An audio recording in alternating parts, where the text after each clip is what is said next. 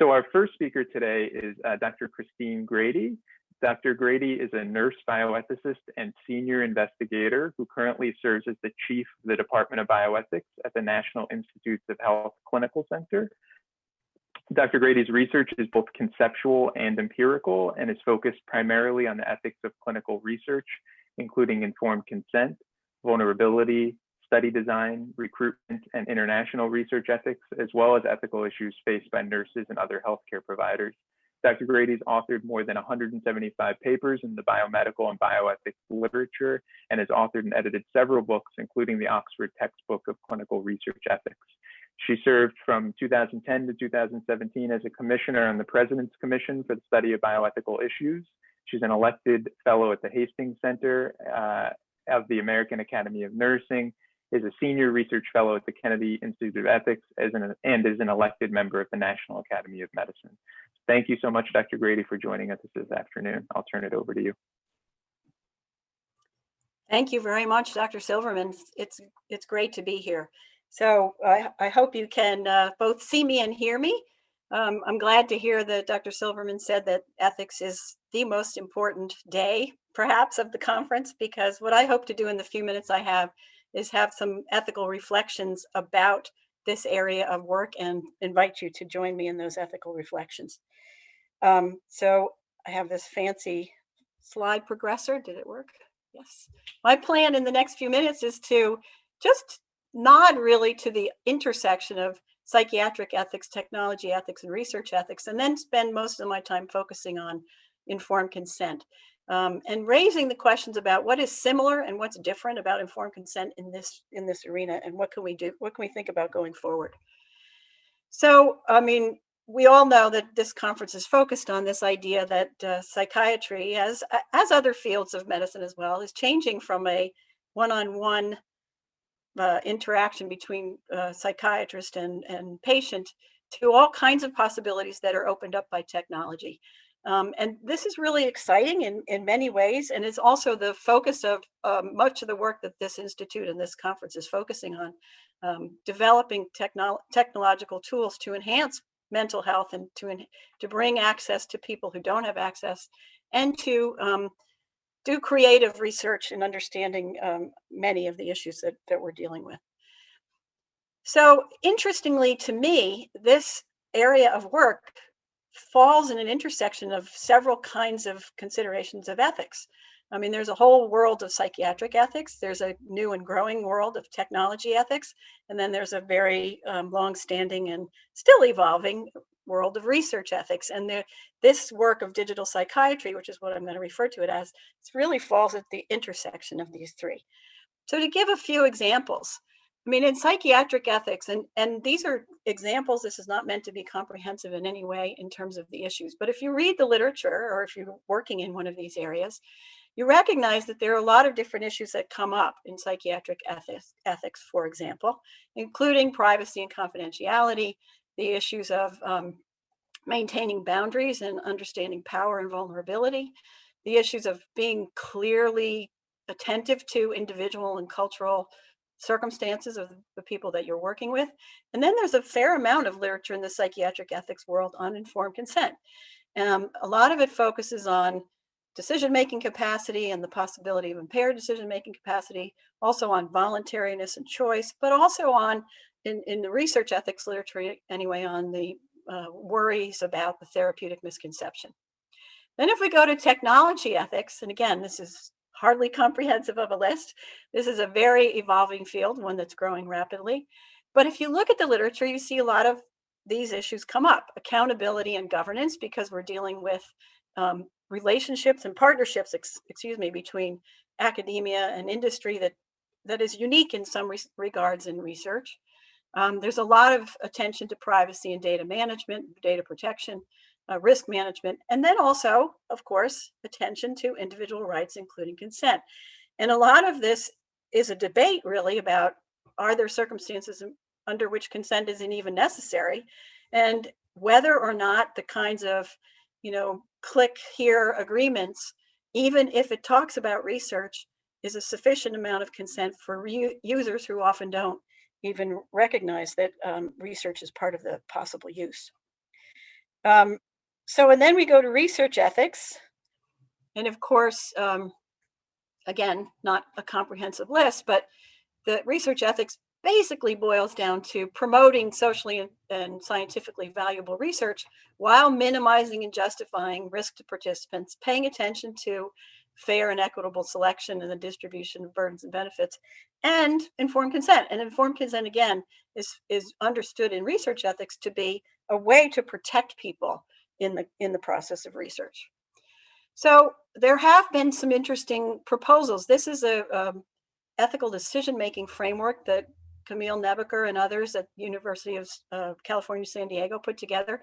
And you can see from the various boxes on this slide that some of the issues that we've just talked about, privacy, the ethical principles, risks and benefits, data management and risk management, and accessibility are things that need to be considered. And they actually put this tool and other tools with it out for researchers, but also for sponsors and participants and institutions and a variety of others that are making decisions in this space.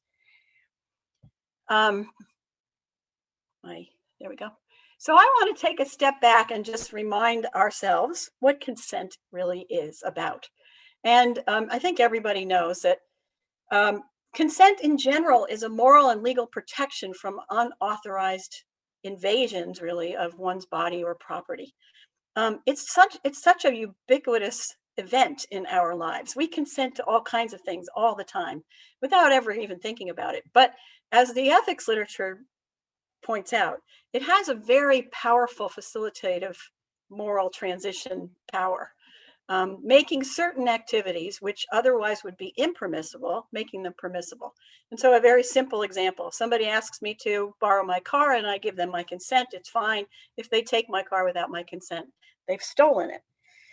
But in healthcare and in research, we don't just talk about consent, we talk about informed consent. And informed consent is understood as the authorization of an activity or the consent to an activity based on really understanding what it is and what it actually entails. And in all of the regulatory and ethical literature on research, and certainly in a lot of the laws that govern research, informed consent is a part of ethical clinical research. And as everybody knows, it's not the signature on the paper, it's a process of reasoned decision making. The ethical basis for this is respect for persons and their capacity and their right to make autonomous decisions, and to do so consistent with their goals and their interests. And this is reflected in a lot of the ethics literature. I just have one quote on this slide from the Belmont report that says, when the standards of informed consent are adequate, respect for persons is demonstrated. We also know from lots of guidance, this one from the FDA a few years ago, that there are parts to this process of informed consent that are important to keep in mind. One is disclosure of information, providing people information so that they have the information to make an informed decision, paying attention to whether they understand it, figuring out ways to give them the opportunity to talk about it, to ask questions, to deliberate, etc., so that they have an understanding of the information in order to make a voluntary choice. And importantly, at this particular guidance says, this is not a one-time obligation, this is a continuing obligation. As things change, we need to provide people information. So, unfortunately, there's a growing amount of data to suggest that informed consent in research is not perfect, that there's often authorization. In other words, people give consent, they sign the document, but there's often a big gap between what information they're given, what they understand, or whether they're in a position to actually make a voluntary choice. And so there is a gap between best practices or the practice of informed consent and the theory. I worked with this group led by Neil Dickert a few years ago, and we tried to recognize that actually informed consent has a lot of functions that go well beyond respect for autonomy. And it should be understood as a complex psychosocial process between the investigator and the research team with the participants. And it actually serves multiple functions. In addition to respect for autonomy, there's a sort of more encompassing kind of respect for the person, him or herself, because not everybody is in a position at all times to make autonomous decisions, and yet they still deserve respect. And it also helps to protect people from risk. And it's important to recognize there are also a number of societal functions that informed consent has. Transparency is one, public trust, but also compliance with regulations, compliance with laws, protection of institutions, protection of researchers, etc. And I think all of us recognize that informed consent, regardless of how carefully it's done, should be different in different contexts, that there's very specific requirements depending on what kind of a context you're in. I'd say in recent years, there's a lot of things that have happened that influence the way we think about informed consent. Now, one of them, of course, is research methodologies. And in this conference, this is one of the things we're talking about, that we have research methodologies that challenge our sort of long-standing notions of informed consent. But it's certainly not just in the digital space. Many of you, I'm sure, are aware there's been a multi-year now conversation about what are the ethically appropriate ways to get consent for secondary use of data and specimens, for example, which is a really important issue, and it's partially resolved but never fully resolved. Another thing that's happened, of course, is information technologies. So we have ways to obtain informed consent that didn't exist before. I read something the other day that said there are more mobile devices in the world than there are people in the world. So that just says, it's so ubiquitous, and there are opportunities for using those kinds of devices, for example, to obtain consent in creative ways. I think in the last 20 years or so, there's been an increasing attention to participant and community engagement in research, ways to involve the voices of people who might be research participants or who might identify with them or who might advocate for them, to talk about how research should be set up and how informed consent ought to be obtained. We've also got an increasing amount of studies and evidence about how we're doing on informed consent. I've already alluded to that, and lots of recent research on experimenting with methods to improve informed consent so that people understand better and things like that. And we've seen some changes in the regulations and guidance as well. FDA and HHS put out some guidance a few years ago on electronic consent, and many of us know that the common rule changed, and there were many changes to informed consent from the common rule. So, whoops, I have to remember how to advance my slides, which is not on my computer. Let's see if this works. Did it work?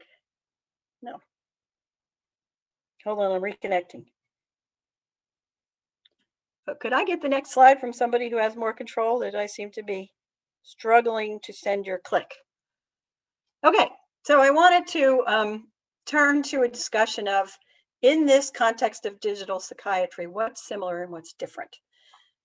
So certainly, here are some things that I think are similar, and I'd love your views on these as well. We still should struggle with what information to give people and how to give it to them. That's a constant struggle in informed consent, and it brings up issues of what's appropriate for the population that you're engaging with, but also explaining things clearly in terms that people understand. We should think about how to strive for measuring or assuring that people understand the information that we give. We should think about promoting choice. Now, these are all things that we do in informed consent under any context. We should pay attention to vulnerability and decision-making capacity, which varies among people. And we should be attentive to the possible methods of obtaining consent that might be appropriate in the given context. Let's see if my slides will go forward. I guess I'm going to have to ask. Okay, thank you.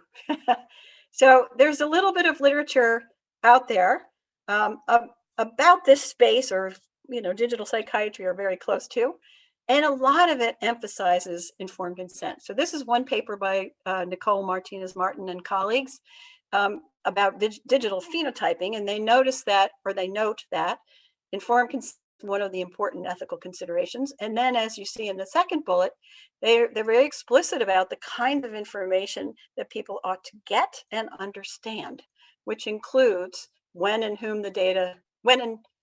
by whom their data will be collected, where the data will be stored, who will use it, etc. And you can read that as well as I can. Next slide, please. Sorry, I don't have access anymore to OptiQ. This is another paper that talked about wearable camera research using wearable cameras. And they also pointed out that informed consent is a critical consideration in terms of the ethics. And they also talk about disclosure, the kinds of information that participants should get, including the nature, type, and volume of images and information that will be collected, the limits of confidentiality, who has access, and the types of control that the participants might have. Next slide, please. This is a document from the National Advisory Committee on Mental Health.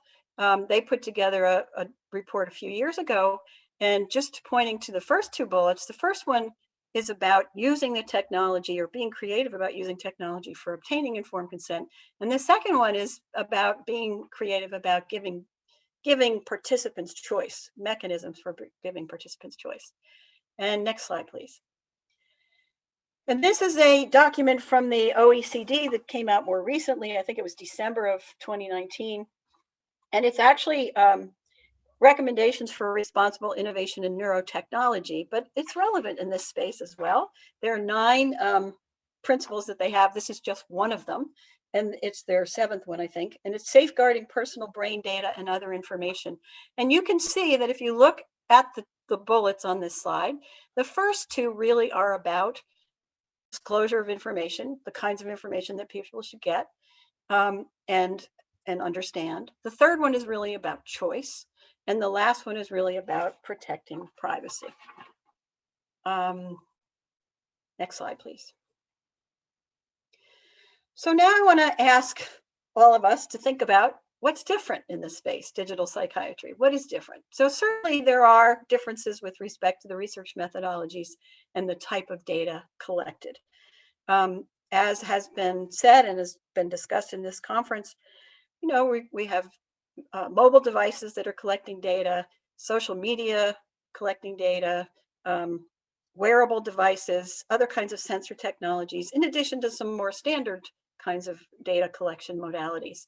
And so there's really lots of interesting data coming in, and it's coming continuously and often in a more passive way than somebody trying to make a decision about how to provide it.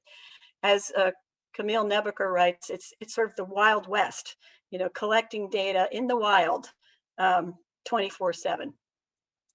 There are also complexities and limitations of the algorithms and machine learning. And I know that Dr. Mulsanathan will hopefully address some of that in ways that I can't. We also know that the use of data is both uncertain at certain level and evolving. So as we bring in lots of data, we're learning more about what it means and how to interpret it and how it might be useful. And so that's a very sort of ongoing process and not static, and shouldn't be static. The pace of discovery is, as many people say, unprecedented, the kinds of things that we're learning. And again, we need to be creative about methods of obtaining consent in this space. Next slide, please. So what kinds of things should be considered when we're thinking about informed consent in the space of digital psychiatry? Certainly, how to explain the data types and the uses is clearly an important one. How to attend to the particulars of participants' circumstances, because we're dealing with people in different locations and different cultures and different educational level, et cetera. Very important to be specific to their situations. How to gather the input of participants and communities and others in making these decisions.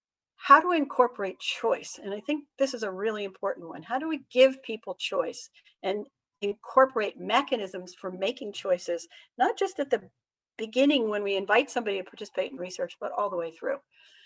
How do we allow for ongoing interactions and flexibility as data comes in, as understanding changes and things that we might want to explain to people change. How do we cultivate trust and demonstrate trustworthiness in this process? I think also extremely important, and one we could have a whole day talking about. Next slide, and I'm almost finished here. Just one example. This is a paper from a group that talked about consent in the setting of a health data repository. It's not digital psychiatry, but I like the sort of idea of reframing consent from informed consent to engaged consent, which is a way to sort of bring in participants, hear what they have to say, and begin to talk about what is meaningful in those interactions for the participants that are going to be part of the study. Next slide, please. So just to end, I just want to say that, informed consent is a process based on respect for persons, but its functions also include respect for autonomy, transparency, promoting welfare, respecting values, offering control, promoting trust, complying with regulations, and helping to ensure integrity.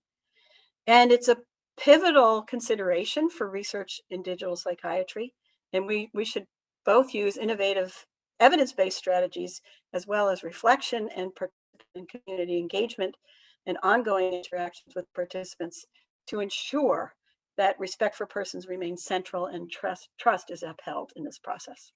Thank you.